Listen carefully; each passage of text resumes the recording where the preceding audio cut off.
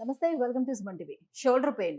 So, ఏజ్‌తో అసలు సంబంధం లేకుండా చాలా మంది ఫేస్ చేస్తున్నటువంటి ప్రాబ్లమ్ ఈ షోల్డర్ పెయిన్. సో, దీనికి రకరకాల కారణాలైతే ఉన్నాయి. ఎందుకొస్తుంది, ఏంటి అనేది ఆ కారణాలు కూడా తెలుసుకుందాం. దీంతో పాటుగా షోల్డర్ పెయిన్ వచ్చినప్పుడు దీనికి రీజనరేటివ్ థెరపీ అనేది ఏ రకంగా మనకు పనిచేస్తుంది? సో, ఎలా యూజ్ అవుతుంది మనకి? ఈ విషయాలు కూడా అడిగి తెలుసుకుందాం. మనతో పాటు ఉన్నారు doctor Sudheer Dhara garu from EPN pain management, Jubilee Hills. Hello sir. Hi అండి. Sir, shoulder pains. So, maximum complaints వచ్చే దాంట్లో షోల్డర్ పెయిన్స్ పక్కా ఉంటాయి కదా! సో, ఇప్పుడు వచ్చేటువంటి గ్యాడ్జెట్స్ కావచ్చు, మనం కూర్చున్నటువంటి సిట్టింగ్ పొజిషన్స్ కావచ్చు, చాలామంది మీ దగ్గరికి పేషెంట్స్ వస్తూ ఉంటారు కదా! మేజర్ రీజన్స్ ఏముండొచ్చు సార్? ఎందుకు పిల్లల్లో కూడా మనం చూస్తున్నాం ఈ షోల్డర్ పెయిన్ కంప్లెయింట్ అనేది? 2 సెగ్మెంట్స్ ఉన్నాయి. ఒకటి యంగ్‌స్టర్స్‌లో వచ్చే షోల్డర్ పెయిన్, కొంతమందికి ఓల్డ్ ఏజ్. అంటే ఓల్డ్ ఏజ్ అంటే 55 దాటాక, 60 దాటాక. 60 దాటాక షోల్డర్ పెయిన్ వచ్చిందంటే అది డీజనరేషన్. డీజనరేషన్ అంటే అరుగుదల. సో, ఓల్డ్ ఏజ్‌లో అరుగుదల ఉంటుంది. వాడేసుంటాం జాయింట్‌ని. ఇంకొకటి చిన్నపిల్లలు. చిన్నపిల్లలు అంటే యంగ్‌స్టర్స్‌లో 30-50, 30-45, 50. ఇందులో ఒకటి యాక్సిడెంట్స్, రెండోది స్పోర్ట్స్ ఇంజరీస్. ఆర్ మీరు అన్నట్టు అబ్నార్మల్ పొజిషన్లో వర్క్ చేయడం, అబ్నార్మల్ డ్రైవింగ్ చేయడం, abnormal activities, abnormal unnecessary exercises, gym main. అంటే చాలా మంది ఇప్పుడు పెయిన్ వస్తుందని అంటే జిమ్‌కి వెళ్తే తగ్గుతుందేమోనని వెళ్తుంటారు కదా! అందరికి stretching చేయడం అర్థం కాని వల్ల విషయం ఏంటంటే ఏది చేయాలన్నా కూడా సైన్స్ ఉండాలి. హ్మ్. సో, జిమ్కి వెళ్ళాలి లేదా అన్నది ఆ పర్టికులర్ పార్టీకి సంబంధించిన డాక్టర్ అడిగితే చెప్పేస్తాడు వెళ్ళొచ్చా లేదా అని. కానీ మనం తప్పు చేస్తాం అది. ఇప్పుడు షోల్డర్ ఇంజరీస్ అయ్యాయి జిమ్ వల్ల. నా దగ్గర ఎవ్రీడే ఒక పేషెంట్ ఉంటాడు జిమ్లో ఇంజరీ అయ్యి షోల్డర్ పెయిన్తో వచ్చిన పేషెంట్. ఒక పేషెంట్ అయితే గ్యారంటీ ఉంటాడు. అవునా? ఏం చేసావు బాబు అంటే, సార్ జిమ్ ఎక్కువ చేశాను సార్. 10 సంవత్సరాలు చేస్తున్నాను సార్, మొన్న వచ్చింది సార్ ఇంజరీ అంటాడు. ఎందుకు వచ్చింది? 10 సంవత్సరాలు 10 సంవత్సరాలు నీ బాడీ, నీ షోల్డర్లో స్ట్రక్చర్స్ అది హోల్డ్ చేసాయి. ఇప్పుడు ఏజ్ అయిపోతుంది కదా, సో ఇప్పుడు గివ్ అవే. అక్కడ ఏదో ఒక లిగమెంట్ కానీ టెండాన్ కానీ కట్ అయి ఉంటుంది. సో అందరూ ఏమనుకుంటారంటే ఈ యాక్టివిటీస్ చాలా హెల్దీ అనుకుంటారు. అవి సైంటిఫిక్గా చేస్తే హెల్దీయే.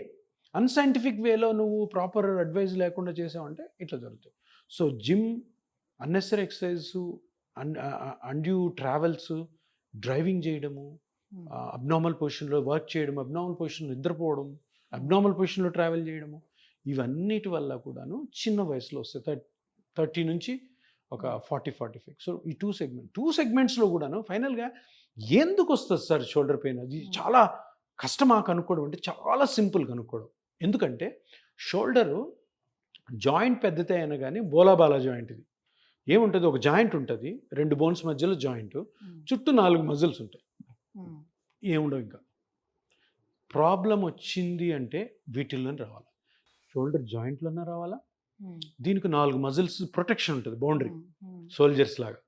ఫ్రంట్లో ఏమో సబ్స్కాపులారిస్ అని ఉంటుంది, పైన వచ్చేసేసి సుప్రాస్పైనటస్ ఉంటుంది, వెనకాల టెరిస్ మైనరు, ఇంకొక ఇన్ఫ్రా స్పైనటస్ అని ఉంటుంది. 4 మజిల్స్. ఈ 4 మజిల్స్లో అన్న ప్రాబ్లం ఉండాలా, జాయింట్లో అన్న ప్రాబ్లం ఉండాలి. చాలా సింపుల్. అండ్ దీని డయాగ్నోసిస్ మన దగ్గర ఉన్న చిన్న అల్ట్రాసౌండ్ మిషన్తో మొత్తం బయటపడిపోతుంది. ఎంఆర్ఐ కూడా పోవాల్సిన అవసరం లేదు. అల్ట్రాసౌండ్ డయాగ్నోసిస్ తోటి షోల్డర్ జాయింట్లో ప్రాబ్లం ఉందా, ఇన్ఫ్రాస్పైనటస్లో ఉందా, టెరిస్ మైనర్లో ఉందా, సుప్రాస్పైనటస్లో ఉందా, సబ్స్కాపులారిస్లో ఉందా. మరి ఫ్రోజన్ షోల్డర్ అని వస్తుంది కదా. ఇప్పుడు నెక్స్ట్ అది. సో ఇదేంటి ఫ్రోజన్ షోల్డర్? ఫ్రోజన్ షోల్డర్ అంటే ఏదో అదొక డయాగ్నోసిస్ కాదు. ఫ్రోజన్ షోల్డర్ అనేది ఇప్పుడు ఈ జాయింట్ ఉంది ప్లస్ ఈ 4 మజిల్స్ ఉన్నాయి కదా, ఈ 4 మజిల్స్లో ఎక్కడైనా ఒక క్రాక్ వచ్చింది అనుకో, బికాజ్ ఇంజరీ వల్ల కానీ, జిమ్ వల్ల కానీ, ఎక్సర్సైజ్ వల్ల ఏదో ఒక రీజన్ పడిపోయి ఉండొచ్చు. దాన్ని వచ్చినప్పుడు ఏమవుతుంది, ఆ మజిల్ యాక్షన్ పోతుంది, తగ్గిపోతుంది. తగ్గిపోయినప్పుడు ఏమవుతుంది, మూమెంట్స్ ఉండవు. ఇప్పుడు సుప్రాస్పైనటస్ అని ఒక మజిల్ ఉంటుంది, చాలా ఇంపార్టెంట్ మజిల్ అది. అది దాని పని ఏంటంటే చెయ్యి పైకెత్తడం. అర్థమైందా? చెయ్యి పైకెత్తడం. సో ఆ మజిల్ కట్ అయింది అనుకో, చెయ్యి పైకెత్తడం తగ్గిపోతుంది. సో ఏం చేస్తారు, చెయ్యి పైకెత్తరు, ఈ లెవెల్లో అన్ని పనులు చేసేసుకుంటుంటారు. అప్పుడేమవుతుంది, ఈ 90 degrees మీద ఉన్న యాక్షన్ పోతుంది. పోయినప్పుడు ఏమవుద్ది, జాయింట్లో మూమెంట్స్ లేకపోతే జాయింట్ ఫైబ్రోసిస్ వస్తుంది. ఫైబ్రోసిస్ వచ్చినప్పుడు జాయింట్లో స్పేస్ నెమ్మదిగా పోతుంది. పోయినప్పుడు మూవ్ కాదు, అప్పుడు ఫ్రీజ్ అవుతుంది షోల్డర్. ఫ్రీజ్ అయ్యే షోల్డర్ని షోల్డర్ జాయింట్ అంటారు. ఫ్రీజ్ అయ్యే షోల్డర్ని షోల్డర్ జాయింట్ అంటారు. దానికి కారణం ఏంటి, ఈ 4 ఒక మజిల్ దెబ్బతినడం. దెబ్బతినడం వల్ల ఆ మజిల్ యొక్క మూమెంట్ తగ్గిపోవడం వల్ల షోల్డర్ జాయింట్లో మూమెంట్స్ కూడా ఆటోమేటిక్గా తగ్గిపోయి షోల్డర్ ఫ్రీజ్ అవ్వడానికి ఫ్రోజన్ షోల్డర్ అంటారు. సో కారణం ఫైనల్గా కదలిక ఉండదు. ఇప్పుడు దెబ్బ తగిలింది, మనం ఎత్తము, సర్లే ఎత్తకుండా అన్ని పనులు అయిపోతున్నాయి, స్లోగా ఈ 180 degrees తగ్గి 0 అయిపోతుంది.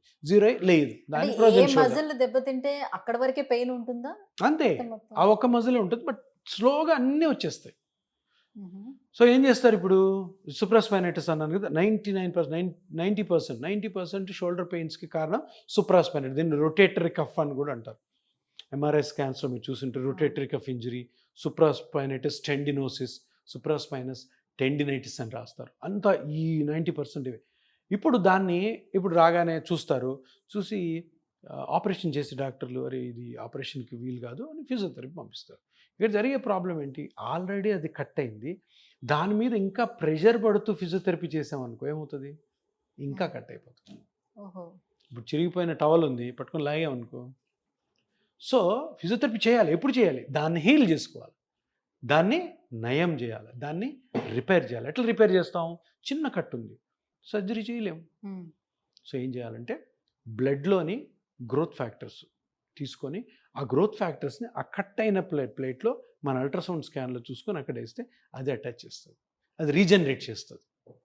అది రీజనరేట్ చేసిన తర్వాత అప్పుడు ఫిజియోథెరపీ యాక్షన్లోకి వస్తుంది. ఫిజియోథెరపీ ఇంజరీ అయిన తర్వాత చేయకూడదు, రిపేర్ అయిన తర్వాత చేయాలి. సో ఈ రెండు కూడా చాలా ఇంపార్టెంట్. అంటే ఇప్పుడు ఈ రీజనరేటివ్ థెరపీ చేసి కంప్లీట్గా ప్రొసీజర్ ఫినిష్ అయిపోయిన తర్వాత అప్పుడు మీరు ఫిజియోథెరపీకి పంపిస్తారా? ఎగ్జాక్ట్లీ. అంటే ఫిజియోథెరపీ అంటే ఎక్సర్సైజ్ కదా. ఇప్పుడు మన దాంట్లో ఫిజియోథెరపిస్ట్ టీమ్ ఉంటుంది. సో వాళ్ళకి ఎప్పుడు పంపించాలన్నది ఇంపార్టెంట్. నేనేం చెప్తాను, ఫస్ట్ అది మనకి స్కాన్లో ఆ టెండాన్ కట్ అయిందని తెలిసిపోగానే ఆ టెండాన్ హీలింగ్ కోసం ఒక ప్రోటోకాల్ తయారు చేస్తాం పేషెంట్కి. రీజనరేటివ్ థెరపీ ఇది ఎలా ఎన్ని సిట్టింగ్స్ చేసుకోవాలి, ఆ సిట్టింగ్ స్టార్ట్ అయినప్పటి నుంచే ఫిజియోథెరపీలను కూడా ఇన్వాల్వ్ చేస్తాం. సో వాళ్ళకి తెలుసు ఎట్లా ఇది ఇంప్రూవ్ అవుతుంటే ఏ ఎక్సర్సైజులు చెప్పాలి. ఒకేసారి మనం ఫుల్ ప్రెషర్ పెడితే మొత్తం పోతుంది. సో ఇప్పుడు ఇనిషియల్ స్టేజెస్లో ఉన్నాము, 80% క్రాక్ ఉంది, సో ఏం ఎక్సర్సైజులు చెప్పాలి. తర్వాత 50% క్రాక్ ఉంది, హీల్ అవుతుంది, ఏం ఎక్సర్సైజ్ చెప్పాలి. 20% క్రాక్ ఉంది, అప్పుడు ఏం ఎక్సర్సైజ్ చేయాలి. మొత్తం హీల్ అయిపోయింది, అప్పుడు ఏం చేయాలి. ఎందుకంటే ఒకసారి అంతా హీల్ అయిన తర్వాత స్ట్రెంగ్తనింగ్ స్టార్ట్ చేయాలి. ఇప్పుడు స్పోర్ట్స్ ఇంజరీ అవుతుంది, క్రికెటర్ ఉంటాడు, షోల్డర్ ఇంజరీ అయింది, ఆడట్లేదు క్రికెటర్. సో ఇది హీల్ చేసి మళ్ళీ బౌలింగ్ చేసేటట్టు చేయాలి కదా. సో ఆయనకి డిఫరెంట్గా ఉంటుంది అనమాట, కస్టమైజ్డ్ ఎక్సర్సైజ్లు ఉంటాయి, ఆ స్ట్రెంగ్తనింగ్ అంతా డిఫరెంట్గా ఉంటుంది. సో ఇవన్నీ కూడాను ఆ టీం అంతా డిస్కస్ చేసి ఫిజియోథెరపీ. అందుకని ఫిజియోథెరపీ తొందరపడి చేసుకోకూడదు, ఎందుకంటే ఆల్రెడీ డ్యామేజ్ అయింది, ఇంకా డ్యామేజ్ అయ్యే అవకాశం ఉంది. మాకు నా దగ్గర చాలామంది పేషెంట్స్ వస్తారు, సార్ ఇది ఇట్లా ప్రాబ్లం అయింది సార్, నాకు ఒక డాక్టర్ ఫిజియోథెరపిస్ట్ దగ్గరికి వెళ్ళమంటే వెళ్తుంటే ఇంకా నొప్పి ఎక్కువ అవుతుంది.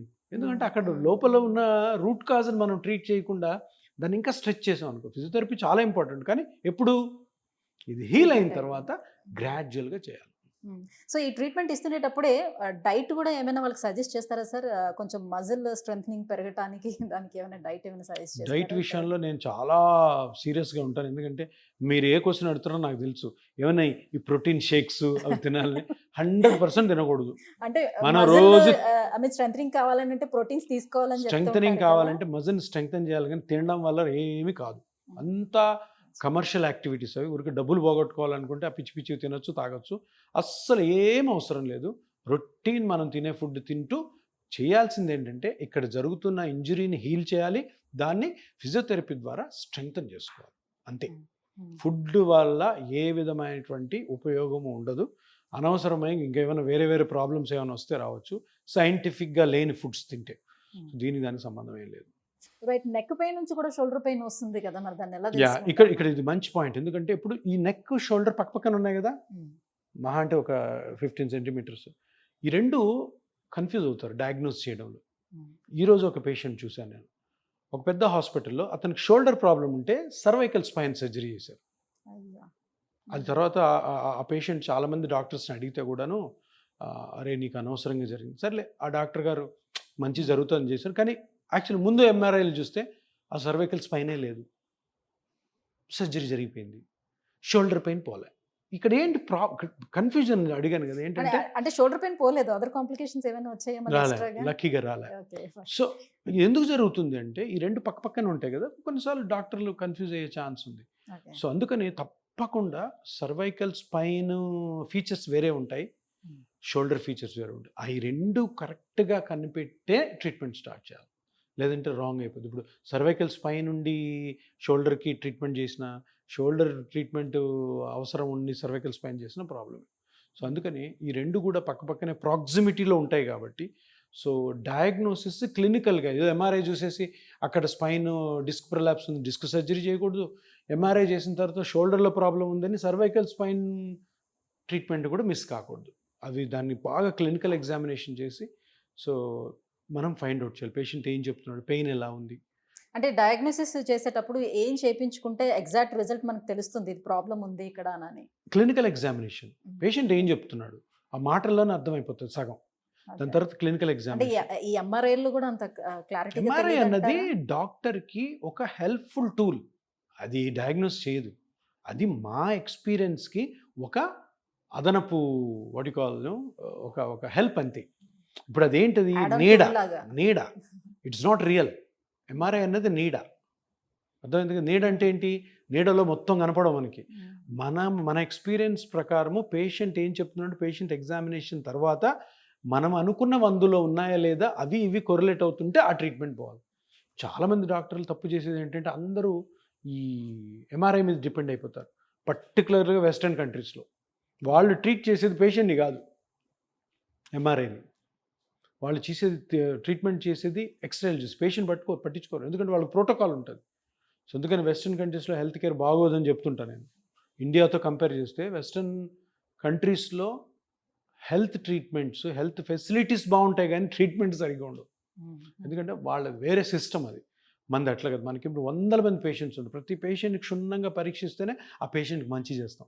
ఏదో ఎంఆర్ఐ చూస్తే అది కోసేస్తాను, ఇది తీసేస్తాను, ఇది తీసేది అదే వేస్తాను, చాలా తప్పు. అందుకని నేను పెయిన్ మేనేజ్మెంట్ సెంటర్స్లో రీజనరేటివ్ థెరపీ వచ్చిన తర్వాత ఇటువంటి అన్నెసరీ సర్జరీస్ అన్నీ కూడా ఆగిపోతున్నాయి. సర్జరీ ఉంది ఎప్పటికైనా కానీ ఫస్ట్ మనం ఇట్లాంటి చిన్న చిన్న ట్రీట్మెంట్స్తో పేషెంట్ రికవర్ చేసి కానప్పుడు సర్జరీకి పోతాం. ఆప్షన్ ఎప్పుడు ఉంది కదా. సో ఇప్పుడు ఈ పిఆర్పి ట్రీట్మెంట్స్ అనేవి చాలా ఎక్కువగా వచ్చేసాయి, చాలా మంది క్లినిక్స్ పెడుతున్నారు. సో బయట చాలా మంది డిపెండ్ ఆన్ ప్రైస్ని కూడా చూసుకొని చాలా మంది వెళ్ళి చేయించుకుంటున్నారు. సో రిజల్ట్ రాని వాళ్ళు రిజల్ట్ రాలేదు, అంత పెద్దగా మనకి ఏం వర్కౌట్ కావట్లేదు అని కూడా చెప్తూ ఉంటారు. సో బయట క్లినిక్స్తో కంపేర్ చేసేటప్పుడు మనకి ఈపియాన్ పెయిన్ మేనేజ్మెంట్ అనేది ఎలా డిఫరెంట్ అసలు? ఇది ఇపియాన్లో స్టార్ట్ అయింది ఇది, ఈ ట్రీట్మెంట్ ఇంతకుముందు ఉంది. దాంట్లో మనం అంటే కొంచెం రిఫైన్ చేసి ఈ ట్రీట్మెంట్ని ఒక ప్రోటోకాల్ తయారు చేసాం ఇపియాన్లో. సో అది కొంచెం అగ్రెసివ్గా వెళ్తుంది మీరు వెళ్ళాలి, మంచి జరుగుతున్నప్పుడు అగ్రెసివ్గా వెళ్ళాలి. ఈ అగ్రెసివ్నెస్లో చాలా హర్డల్స్ వస్తాయి, అవన్నీ ఎదుర్కొని వెళ్తున్నాం. మనం వెళ్తేనే ఇప్పుడు ఎవరొకరు ముందుంటే మన వెనకాల చాలామంది డాక్టర్స్ వస్తారు, ప్రజలకు మంచి జరుగుతుంది, పేషెంట్స్కి మంచి జరుగుతుంది.